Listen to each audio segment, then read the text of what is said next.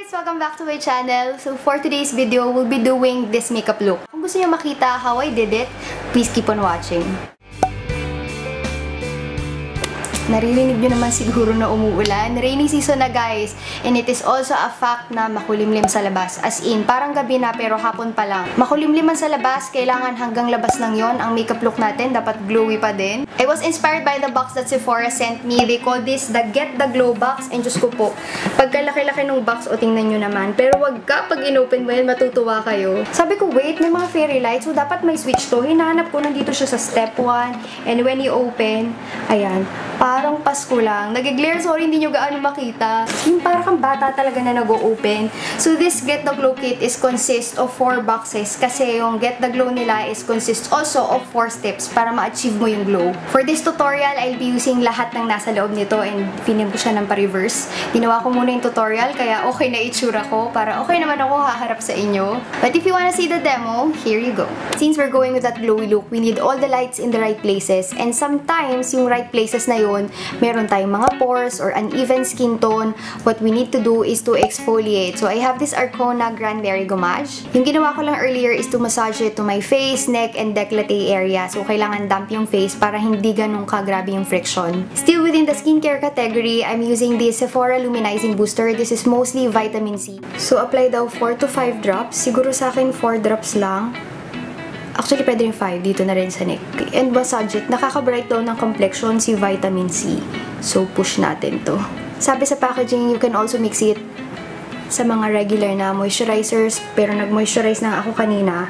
So, ipinatong ko na lang siya. And guys, para sa ating may mga dark spots, yung mga acne prone na girls dyan, maganda si vitamin C kasi nakaka-lighten siya ng dark spots. Now, proceeding to step 2, which is priming. And maraming klase ng primer. Alam naman natin yan. Merong for oil control na nakakamat. Now, those are the silicone ones. And meron din naman tayo na primer for dry skin, which are mostly primers that act as a moisturizer. If you're going for that glowy look or dewy look, katulad ng gagawin natin today, may mga primers na nag-a-add ng mga small iridescent pearls. Or primer na parang may laman na shimmers, nakakadagdag sila or nakaka-catch ng light. For today, we're going to use this Sephora Beauty Amplifier. So, it is a perfecting glow primer.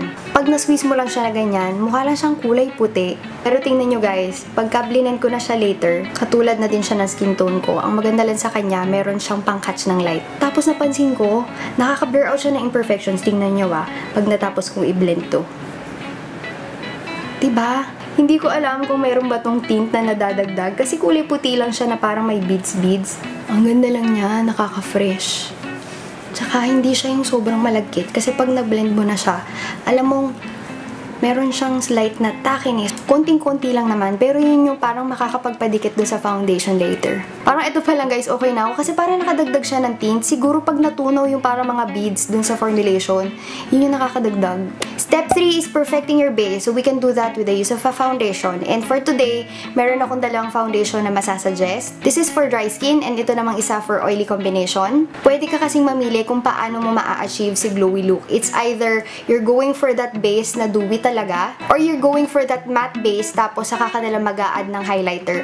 Ako dun ako sa matte base na nagdadagdag ng highlighter since oil combination tayo. Gagamitin ko today si Marc Jacobs and see kung gaano kakunti lang yung gagamitin ko. Just going to dot yung kailangan ko on each section.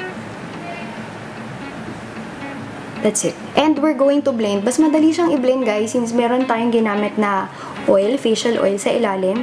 That's also one of the techniques na ginagawa ko pag medyo masyadong maraming pigment yung foundation or full coverage na mahirap i-blend, gumamit ka ng facial oil. Tutuusin nga, sa usual na ginagamit ko, ang dami ng ginamit ko ngayon na Marc Jacobs, pero dinamihan ko talaga since gusto kong makita kung paano siya mag-work with the facial oil na ginamit ko today sa Sephora. So far, so good guys. Ang dali niyang i-blend. Kailangan mo lang talaga ng naka-prep na skin. So lumapit ako para mas makita nyo na maayos and ito na yung finish ni Marc Jacobs na naka-prep yung skin. So ayun siya.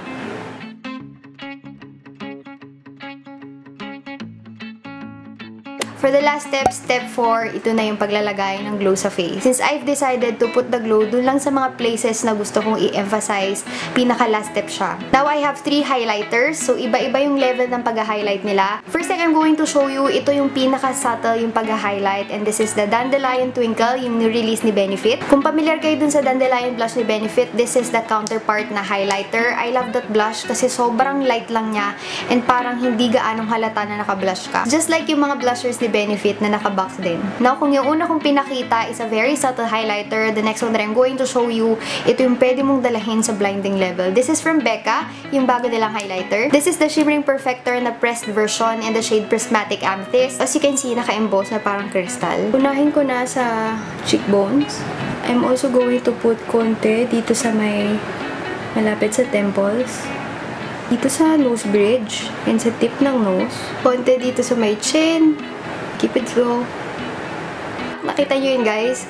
Sobrang konti lang nilagay ko, pero ayan na siya. Super pigmented siya, so a little goes a long way. Pero kung gusto niyo naman yung look ng highlighted na medyo parang tubig siya tingnan, included in the box is the Sephora Wonderful Cushion. Highlighter siya in liquid form, and cushion talaga siya since meron siyang sponge dito sa dulo. For my lips, I'll be using this Kat Von D na liquid lipstick in the shade Bow and Arrow.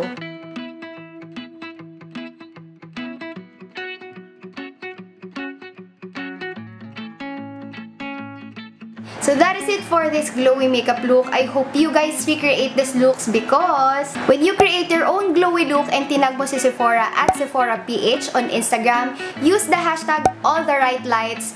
3 of our favorite looks will get to win 3,500 pesos worth of shopping credits. Shopping, guys! So I am inviting everyone to join. Alam nyo, kahit hindi naman kayo sasali, selfie yan eh. So parang nagsiselfie ka rin naman lagi. Nag-makeup ka rin naman. So nanalo ka man o hindi, may maganda ka namang selfie. And again guys, lahat ng ginamit ko na products, yung links nila will be in the description box below. Tapos pag bumili ka, ito may makukuha ka mga stickers. And ang ganda niya, holographic stickers, ilalagay ko nga to sa laptop ko. Kung nalilito kayo sa mechanics, lahat nun ilalagay ko din sa description box sa baba para magawa nyo lahat ng steps. Kasi ang dali lang naman. If you like this video, kindly give it a thumbs up, comment, and subscribe. Maraming salamat sa panonood and see you on my next video. Bye-bye!